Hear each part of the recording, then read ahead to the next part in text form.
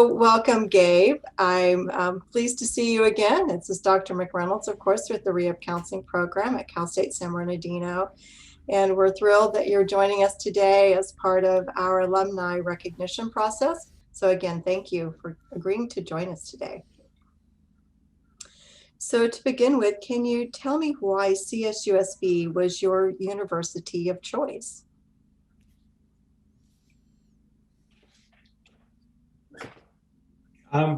When I first started my process for going to school, I had three choices. I had San Diego State University, I had Cal State Los Angeles, and Cal State San Bernardino. San Diego State University, although it's a lovely campus, it was just not feasible for me. My home is here. I live in 20 miles east of Los Angeles. So driving to San Diego State would take me about 2 hours with no traffic. And as we know, there's always traffic in Southern California. So that was just not a realistic school. I did visit Cal State Los Angeles. I got a chance to meet with Dr. Broadwin, who at the time was the director there. I believe he's retired now. We went through the whole program. I looked at the environment, the classes. I really liked that program. I said, okay. And the best part of that school was that it was literally 20 minutes away from my house. So that was a big plus for me. I went and looked at Cal State University San Bernardino. And the reason I picked that school was when I went to orientation, I got a chance to meet the professors and they lectured for a little bit about the program. I got a chance to meet some of the students, the current students that were there, and they also lectured a little bit about the program. And I also got a chance to get involved with our cohort. We did the icebreakers and we got the chance to talk with one another. And I was like, oh, wow, this is really neat. It was, for me, it was a little bit of a family environment at the time. So some time passed, I got some decision. I went also to meet with Dr. Jaworski at the time for the DSPS Student Services, really nice woman as well. And I asked her about my accommodations. I am a late deaf and adult. So I talked with her accommodations, and she as well, along with everybody on the staff, made me feel like, oh, wow, I belong here. I later went on to meet Dr. Turpin at the Coffee Bean, and I laughed because one of our icebreakers was, who met Dr. Turpin at the Coffee Bean? I was like, oh, yeah, I met Dr. No, there's a lot of us. Dr. Turpin was awesome, really easy to talk with. She shared some stories about the program, and one of the reasons that I picked that school was, I guess, the camaraderie, the family environment, how everybody made me feel. Many times myself, when I walk into a place, I get the stigmatism, oh, that guy is deaf, and sometimes I feel a little bit inferior than everybody else. But CSUSB did totally opposite of that, and they welcomed me. So I ended up taking that hour and 15-minute drive from my house there. Because of that, they made me feel right away involved and welcomed. And that's something that I wish many schools did more, is welcome students kind of with open arms, like a big family. So that's the reason why I picked CSUSB. All right, well, thank you for your insights on that. Why was getting a master's degree in rehabilitation counseling important to you?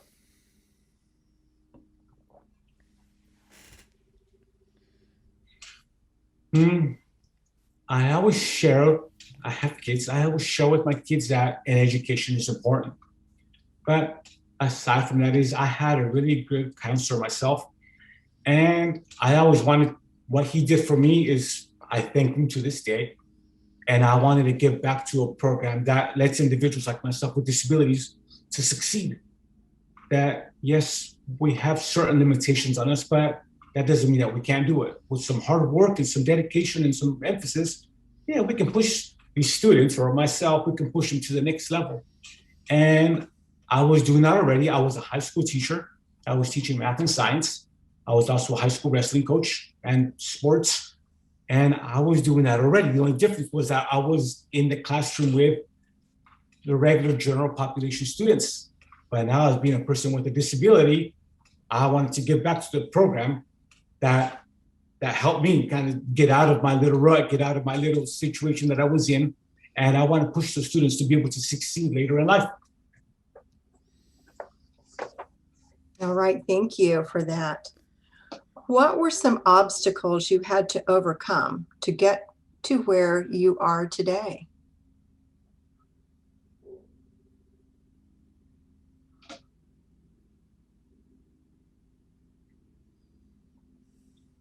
So some of the barriers that I faced going into the program now.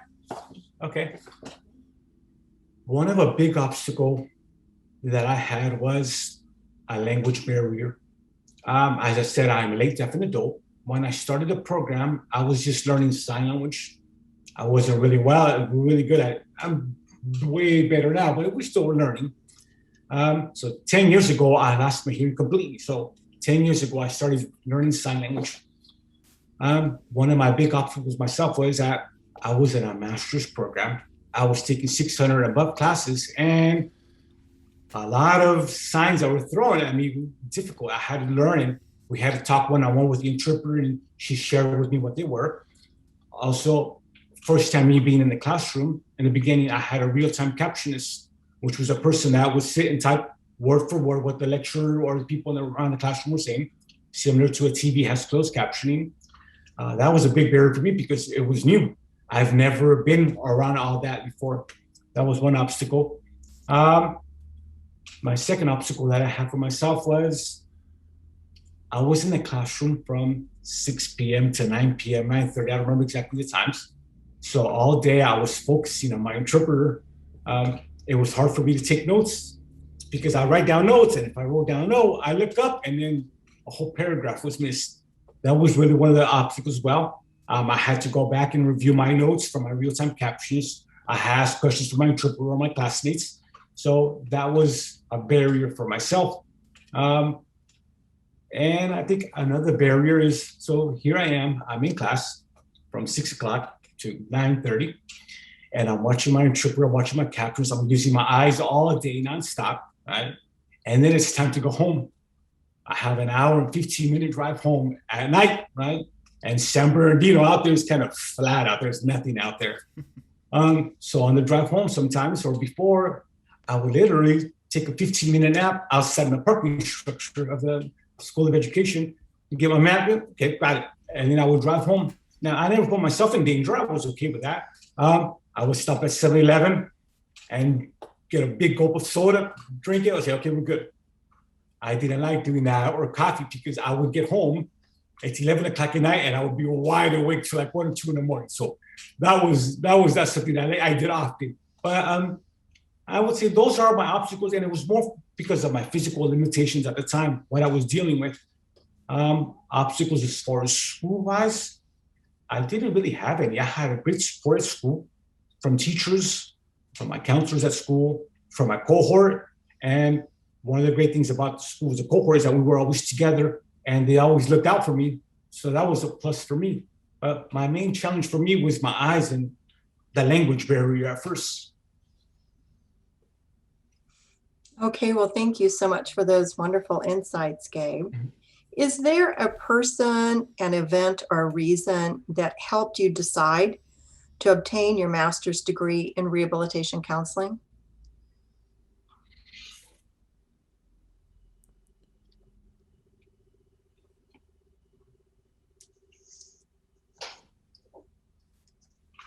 That's the easy one. Jeff Lubman. Jeff Lubman was my VR counselor. Jeff Lubman is a deaf man, older at the time, maybe 60s, older, maybe older than that. At the time I started the program, I was in my 30s, so older was 60. When I walked into his office, he realized that I had a language barrier. He sent me to Mount San Antonio College, where I started taking my sign language classes. He then introduced me to the deaf community. He invited me to a deaf church where many people I've seen were signing. And this young man introduced me to the right people. I got a chance to meet a doctor that was deaf. I got a chance to meet a lawyer. I got a chance to meet some professors. I got a chance to meet some accountants. And he made me realize, he's kind of like, look, all these people, they are deaf. They can't hear. But that doesn't stop them from being successful or having a career or having a job or a family. He really provided me with the tools and resources that I needed to be successful inside the classroom and outside of life with my family, with my friends, with anybody I came in contact with. He made me realize that. He said, Gabe, the only thing that you can't do is hear. You can speak. I said, yes. You can think. Yes. You drive. Yes. Can you dance? I said, no, can't dance. I know. But he's like, you still feel butterflies for your wife and you have a heart? I said, yes. Okay, so what's the problem? And I'm thinking about it like, yeah, there is no problem. I said, he's like, start studying more, start getting involved more and more people and the deaf community and using sign language as a communication. And because of that, I brought home sign language to my home. My wife signs, my son signs, and my two younger daughters sign, and myself. So all my family, we all use sign language. And it's because of him, and really because of him, that he kind of pushed me forward to learn a language so that I wouldn't have a language barrier. And here I am, able to have a Zoom meeting with all you wonderful people, and just like nothing, we just keep going through the process. So Jeff, Mr. Levin really, really helped me a lot. So that's one of my biggest. All right, thank you so much. I think that was wonderful. What surprised you most about the Rehabilitation Counseling degree program at CSUSB?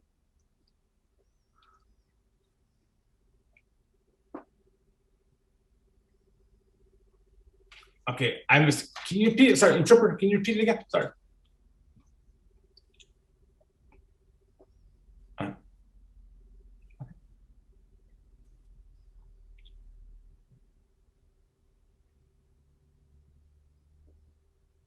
So what was surprising about the Rehabilitation Counseling program?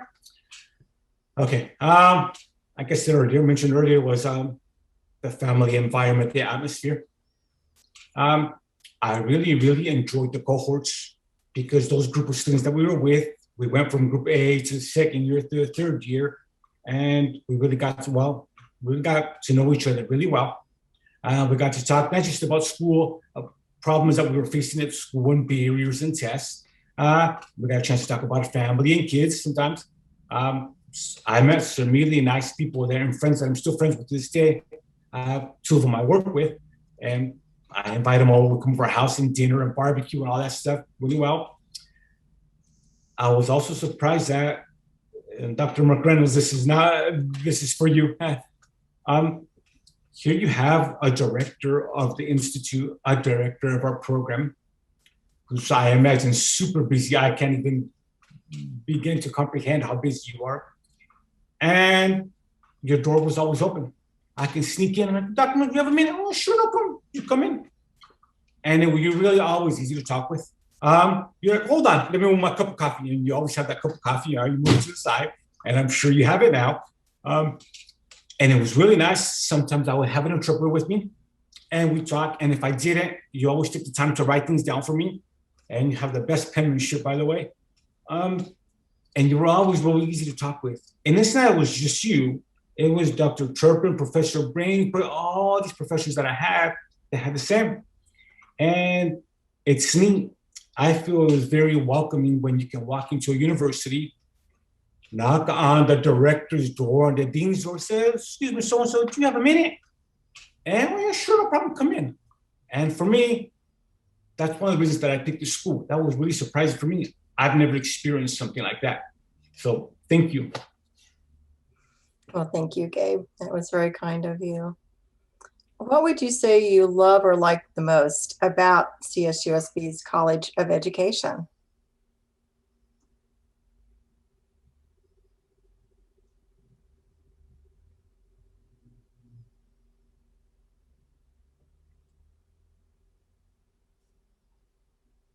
What I like most about the school? Mm-hmm.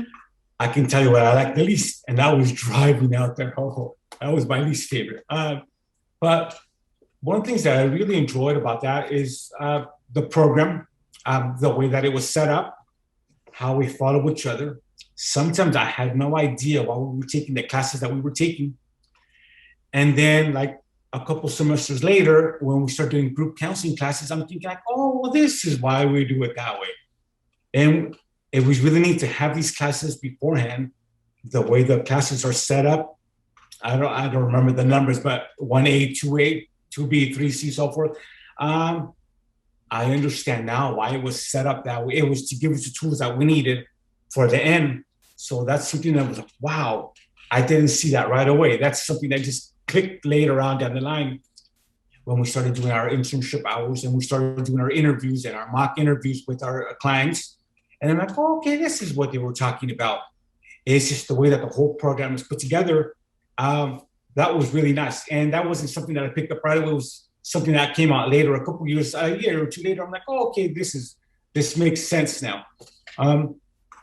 I didn't understand why we were taking medical aspects of disability classes or first class. But now that I am working, I see all these medical disabilities that we're going through. And it's like, okay, I get it now. I understand it. So the way that the program was set up for us to succeed. And that's one of the biggest wow factors I got from it.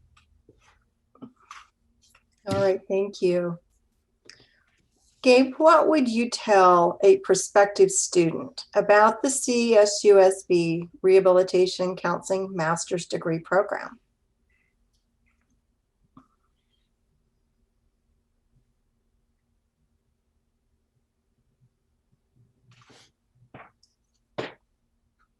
What would I tell a prospective student that's coming into our program? I would say, raise your hand, volunteer, ask questions, get involved.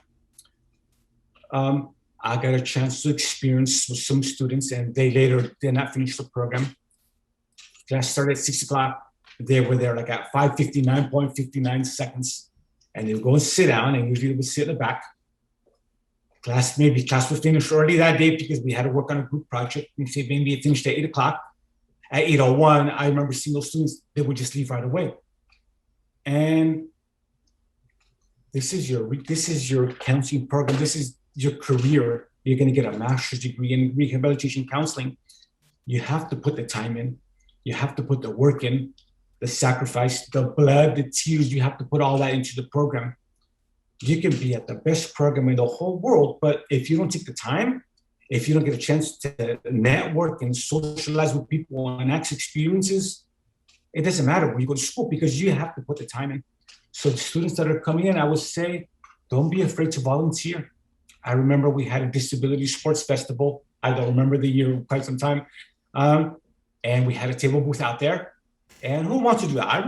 I'll do it. I went out there and we put a table. I asked some students to come and some of them didn't want to come. I had I remember three students that came and we did some section. I was hoping some person showed up maybe at 10 o'clock, another person at 11 o'clock. We weren't asking them to be all day. Right? Just come and volunteer, get a chance to network and talk with our community members. And some people didn't. Now, I understand some people have families. I have family. I understand that. But once again, this is our passion. This is what we want to do. There are going to be some times that, yes, we have to leave family at home. It's not like we did it every single Saturday, but once in a while, I would say, hey, raise your hand, join, participate, get involved with the student union or student chapter, because those are the people that are going to help us in life. This is our career. One day I'm going to need some help. And how are you dealing with this case? Oh, hold on, I remember I have this person's email. We'll email them or phone number, we'll call them. And that's how I learned. Now, my greatest experience was being involved. That's how I got to learn and socialize with people. And here I am having an interview with you folks. So I would say get involved, raise your hand and volunteer. All right, thank you, Gabe. What do you hope to accomplish as a result of having your master's degree in rehabilitation counseling from CSUSB?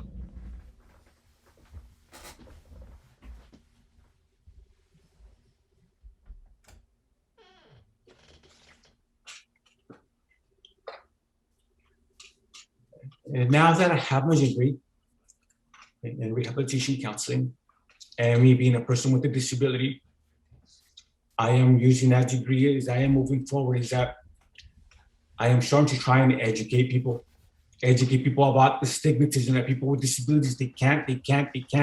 That's all we ever hear about. And I am trying to educate them, see, yes, we can. One big stigmatism that I was faced with at the time When I told some of my friends, some of my family members that I was going back to school, they're like, Gabe, why are you going back to school? You can't hear. And I'm like, yes, I know, but we're going to figure it out. I'm going to learn a language. We're going to get a captionist. And that was really hard for me. And it's not just for me, it's for a lot of people. So I'm trying to go out there and educate and trying to use my degree to show people and share with everybody else that, yes, we can. Currently, I was recently asked to be part of an advisory board meeting at Rios Community College, kind of close to my home. And many of the deaf students and many students with disabilities at the higher education level now, we are experiencing some difficulties with our current pandemic. We don't have the same access tools as everybody else. Myself, the deaf and hard of hearing, we always have to use Zoom or an interpreter, and that's okay. It's a little bit difficult, but we always have some problems there with the internet, especially students who don't have the internet at home. My job with the advisory board means we're going to come up with a plan there and trying to figure out how we can attract more students into the classroom, because many students are we're losing some students with disabilities. Some students don't have the same access that everybody else. So right now I am working with that. Also at work recently, I work for the Department of Rehabilitation, and one of my administrators called me, Gabe, I need your help. And I'm like, okay, what is it? This is one of those times you say, oh yes, I'll do it. So we're putting together a work group we're putting together a workshop or a work group to do a virtual on the department website. I said, okay, what are we doing? We are trying to figure out techniques on how to take better intakes for us counselors, how to do case management, writing IPEs, individual plans for employment, all the things that we are doing at work. So I was asked to participate in this and be part of a work group to try and figure out how we can better accommodate us counselors going through this whole pandemic in Zoom, and also to our clients at home. Many clients, they can't come into our work now. They're having problems. Access is tough for them. The bus is really tough for them. And our office is open, but with people wearing masks and people still scared and so forth, it's a little tough for them. So I'm going to be part of a work group that hopefully opens up our services out to everybody during this time. So I have the school setting, and then I have the state setting. And that's one of those things, like, I have Dr. McReynolds and people who are listening, I have no clue what we are doing. But guess what? Nobody does. So I raised my hand and said, okay, let's put our heads together and we'll come up with a plan. I hope it's not going to be perfect at first, but we're going to try to do our best to reach out with people with disabilities. And that's what I'm using my degree for now. Gabe, I think that's fantastic. And it just certainly shows the depth and breadth of where our graduates can apply themselves in the community in helping other individuals with various kinds of limiting or disabling conditions. So thank you for your work in that regard. How has the CSUSB Rehabilitation Counseling Master's Degree Program influenced your thinking in your personal and/or professional life?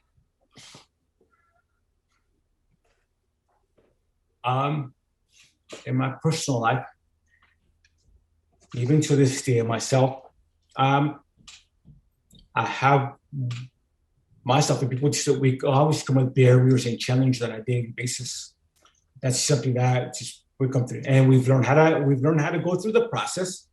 I've learned from the counseling, from the CSUSB, and from the books that I read, the notes, and talking with my colleagues that we have to advocate for ourselves. We have to speak up for ourselves. That's something that I've learned that we have to go through. Now, the way the program changed my life was that I never in a million years thought I would be studying ADA law, like American with Disabilities Act, all right? That's something that to this day I use constantly every day. How to advocate for myself, all those things, it affect me a lot because I went through that process that we're teaching some of our students that become late disabled in life, where you go through the whole denial process and the anger process and oh, that's not happening to me, and the depression. I was going through that myself. But the program, basically for 3 years, that was my big counseling I never actually seen a counselor, but that was my big counseling, my therapy throughout those 3 years. That really helped me a lot. Also, what I am doing now, Dr. McReynolds, is recently I applied for my doctorate degree at Azusa Pacific University. I am going to get my doctorate degree in higher education. It's going to focusing on higher education and leadership skills. And what I would like to do one day is, maybe Dr. McReynolds, I might even take your job one day. I would like to work at the administrative level and explain to people that yes, people with disabilities can become successful. There's no reason we can't. You give us the right tools, the resources, and the accommodations, and we are just as smart, if not smarter, than everybody else in the room. And I really firmly believe that. So in me going to the CSUSB, to California State University, and getting my master's in Rehabilitation Counseling, using my degree, using my 3 years there as my therapy for myself, it really changed my perspective on people with disabilities and how they can. So now what I'm going to do is I'm going to step one level up higher and work with people and share with them that yes, we can. Almost every day I kind of read some stories, or when I get some stories. And recently a big university, Ivy League university, I won't have their name. Recently one student got admitted into the college and he was so excited in the Ivy League school, and they denied his accommodation. And here's a kid, the student has cerebral palsy. He was asking for a note taker or transcriber to write things. He had the brains to be there. He had all the qualities that you need to be at an Ivy League school, but he shows up, he's ready to go, he's ready to learn, and they deny his accommodation. So eventually, after him fighting and advocating and kind of pushing and pressing and talking with the DSPS and writing letters to presidents and so forth, they finally provided that to him. It is very difficult as a person with a disability already just to get to an Ivy League school.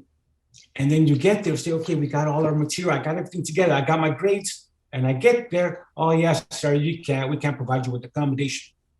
I want to change that stigmatism. I want to help do that. So that's something that I would like to do with my PhD or my doctorate degree, is be at the university level. We say, oh, you have a disability, what do you, I got no problems, come in. And I myself get those challenges every single day. I'll share a personal story. It's one of my favorite stories that I like sharing with people. So my wife, she was pregnant with our second daughter.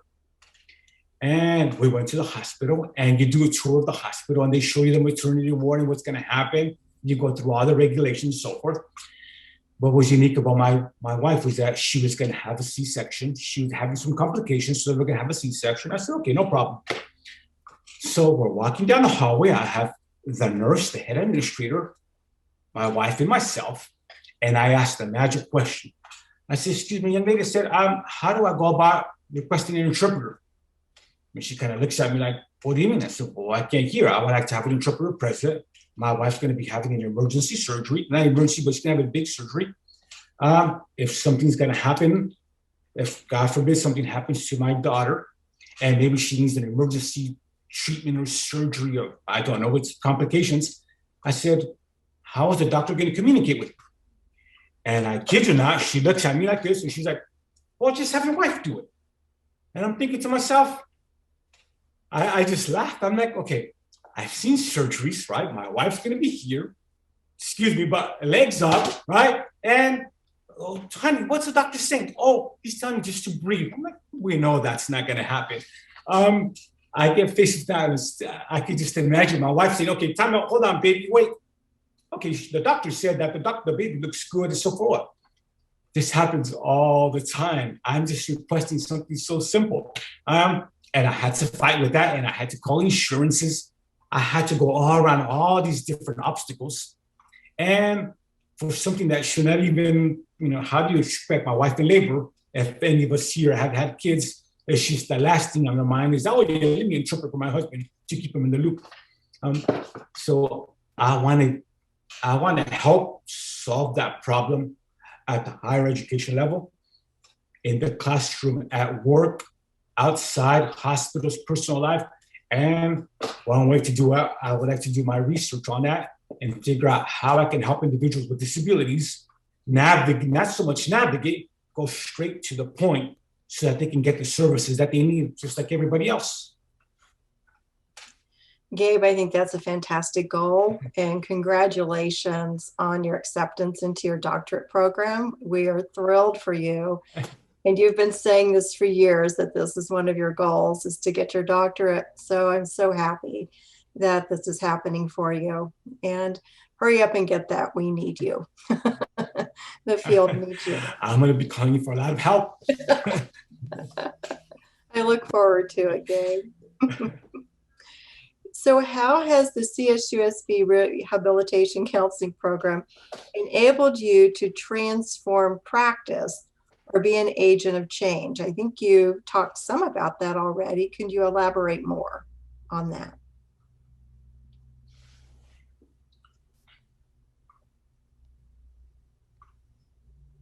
Well, like I stated earlier, an agent of change for me is educate people. Being part of the advisory board meeting at the local community college near me. I used to do, recently I was doing a workshop for students, for parents of students who had deaf and hard of hearing children at the community high school where I live. It's a big deaf community.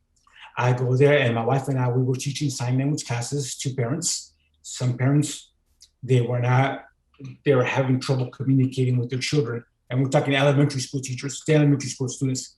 We were doing that. Going back into the workplace and using my experiences that I've learned from school and applying those to work. So I've tried to do it. I'm doing it at the school setting. I'm doing it in my community and in the work setting. And right now, my time is, I'm done right now.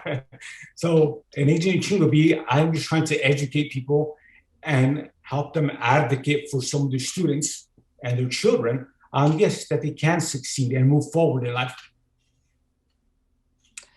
I think that's wonderful. Thank you, Gabe.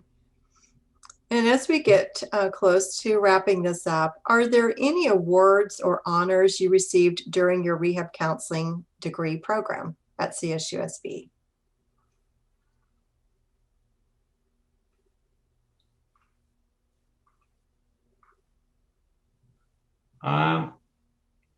When I graduated in 2015 from Cal State San Bernardino, I received a 2015 Outstanding Student Award from the Rehabilitation Counseling Program. That award was for my leadership skills, my motivation, my pursuit for my academics. I wanted to be the top student in the class, for my passion, and more importantly, for my passion of working with students with disabilities. I really gave this program my all. When I went in and said, okay, I'm going to do this, I'm going to do this right. From day one, when I started taking care of business, started writing my notes, my interpreter, we were using all of these things. I raised my hand, I volunteered. I would go home, and like I said, sometimes I would take my Coke, and I would be up way up to 2 or 3 o'clock in the morning sometimes, and I would be reading. I imagine that's why I received that award. I really put a lot of time and effort into this program. And that's just this program in general in my life as well. When I went back, my VR counselor for the Department of Rehabilitation, I got invited to, it was a celebration of the American with Disabilities Act, 25-year celebration of the 25-year anniversary. I got a chance to speak in front of, it was the whole district for the Department of Rehabilitation. And I was a success story for them. Here I am, a person that has a disability who walks into the program, who gets all the tools and resources that he needs. They devise and build a plan for him. They push him and motivate him to push him forward. Myself, I graduated, I succeed, and then I go back into the workforce. So I was a big success story for them because, well, one, I imagine I always have a positive attitude on life. Two, I have the support at home. My wife is awesome. My family, my parents, they always supported me. And three, I have to drive that. I always want to succeed. I always want to step one up. I'm not trying to be better than everybody else, but I know that I have, all of us inside of us have the potential to keep moving forward. I myself don't like mediocrity to be mediocre. That's just something that's within myself. I always want to just keep advancing. I always tell my kids that knowledge is power. And the knowledge that we have, you cannot stop learning. So with me, the awards that I receive, I imagine the people see my attitude. I imagine that I always see, okay, I'm going to do it. I have no problems raising my hand and say, yes, I'll do it. And if I don't know it, my friend has a funny saying that says, fake it till you make it. And I'm like, okay, well, we'll fake it till we make it. But we always try to look for ways, I always try to look for ways to come out on top. And especially myself having a disability, hopefully one day I'm at a bigger platform and they can see like, oh, wow, this guy, he's a late deaf adult. He has a disability. He didn't let any of these obstacles stop him. And here he is. Hopefully I can be a motivation and role model to many other students and human beings out there in the world. Thank you very much, Gabe. It's been a pleasure to have this interview time with you today. I thank you for your time and for your insights into your experiences at CSUSB with the Rehabilitation Counseling Master's Degree Program. We wish you well in your future endeavors in your academics and hope to see you in those administrative roles soon. So thank you. Thank you.